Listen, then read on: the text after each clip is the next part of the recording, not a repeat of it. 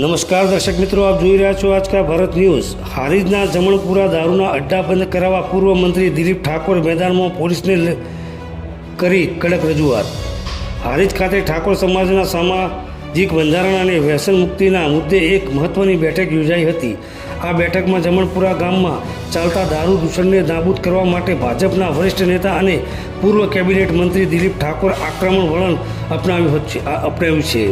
ઠાકોર સમાજના આગેવાનો અને મોટી સંખ્યામાં ઉપસ્થિત ગ્રામજનોની હાજરીમાં જ પૂર્વ મંત્રી દિલીપ ઠાકોરે પોલીસ પ્રશાસનને ફોન કરી જમણપુરામાં ચાલતા દારૂના 3 અડ્ડાઓ તાત્કાલિક બંધ કરવા માટે કડક સૂચના આપી હતી। તેમણે જણાવ્યું હતું કે દારૂના દૂષણને કારણે સમાજનું યુવાધન બરબાદ થઈ રહ્યું છે, જે હવે ચલાવી લેવામાં આવશે નહીં। પૂર્વ કેબિનેટ મંત્રીએ પોલીસને તંત્રને ખુલ્લી ચીમકી આપતા જણાવ્યું હતું કે જો પોલીસ આ અડ્ડાઓ બંધ કરવામાં નિષ્ફળ થશે અથવા ઢીલી રીતિ અપનાવશે તો તેઓ પોતે ગ્રામજનોને સાથે રાખીને જનતા રેડ કરશે। તેમની આ આક્રમકને પગલે સ્થાનિક બુટલેગરો અને નિષ્ક્રિય પોલીસના તંત્રમાં ફફડાટ વ્યાપી ગયો છે। બેઠકમાં ઉપસ્થિત આગેવાનોએ પણ સૂર પૂર્યો હતો કે ઠાકોર સમાજના નવા બંધારણ મુજબ વ્યસન મુક્તિ અને પ્રાથમિકતાને જો ગામમાં દારૂ વેચાણ બંધ નહીં થાય તો આગામી દિવસમાં ઉગ્ર આંદોલન કરવાની પણ તૈયારી દર્શાવી હતી। આ પ્રસંગે હારીજ પંથકના ઠાકોર સમાજના અગ્રણીઓ, યુવા કાર્યકરો અને જમણપુર ગામના ગ્રામજનો મોટી સંખ્યામાં ઉપસ્થિત રહ્યા હતા।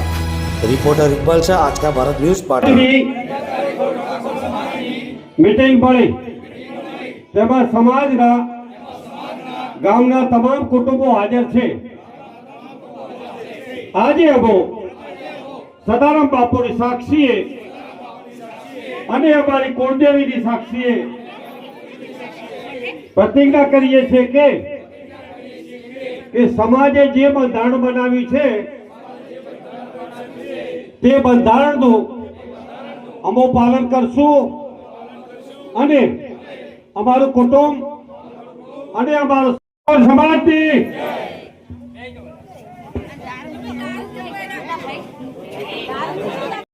જમણપુરમાં 3 પીઠાઓ ચાલે છે એ બતાવશે તમારે। આજે કાલ સવારથી જમણપુરમાં કશું હોવું જોઈએ નહીં, કે હું જનતા રેડ કરીશ ને પછી તમારે મુશ્કેલ બતાવીને કાલ આજથી જ પતાવી નાખો। જમણપુરમાં કશું દવા કરવા ના મળવો જોઈએ।